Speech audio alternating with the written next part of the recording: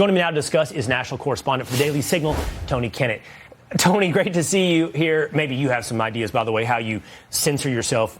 I think it reflects I probably don't censor myself enough in real life. You all right? I got to tell you, it's wild watching Michigan Democrats embarrass themselves like twice in the same week. We have Snoozy McGee falling asleep in committee hearings. You've got Tanadar doing Napoleon Dynamite impressions about Donald Trump's grand lordship from his imagination.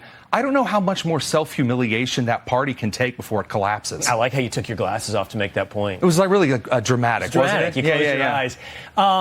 I did ask him before we came on air why. Like, who are his constituents? Who wants this? Even on the left, who wants this? And you said they're grandstanding. And I've heard that. All these people, by the way, AOC, Jasmine Crockett, it's all selfish. It's all for their own fame.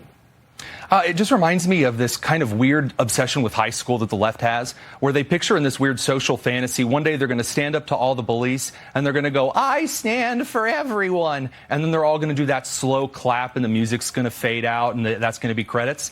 That's how they run their whole comms campaign.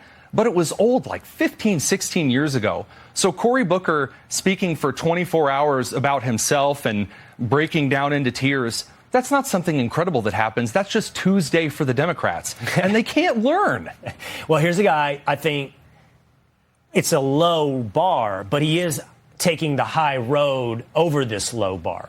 At least a higher road over the lowest of bars. That's Pete Buttigieg. He is weighing a 2028 run. Yes. And he is saying that maybe the Biden 2024 run wasn't such a great idea. Watch.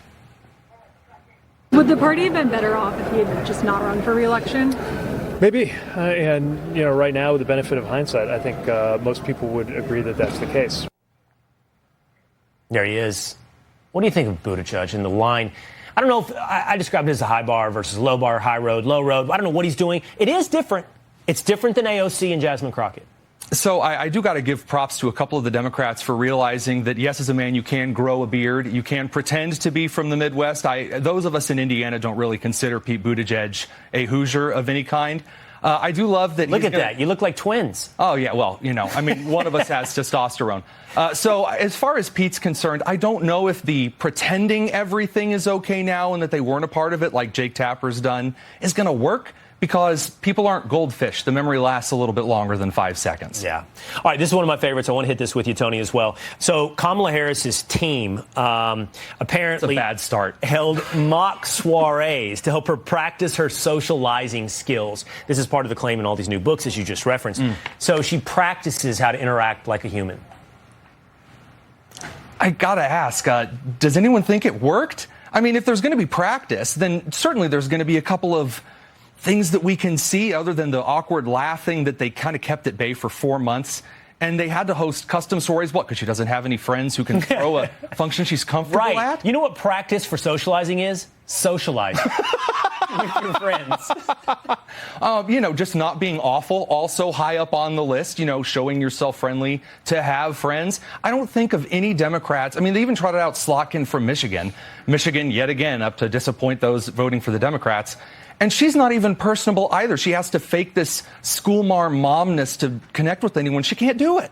All right, national correspondent for the day, so Tony Kennett came in from Indiana. Thanks so much, man, for doing this. Thanks for having me. All right, I'm going to walk over here because it's time for Will of the People. First up, does the China investment include the Penn Biden Center and Fang Fang? That's a great point, Pavlis. I don't know if the China investment does include that investment center. Paul writes, I am a registered nurse, and before anyone has a gastric bypass surgery, they have to see a psychologist or a psychiatrist, but you don't apparently.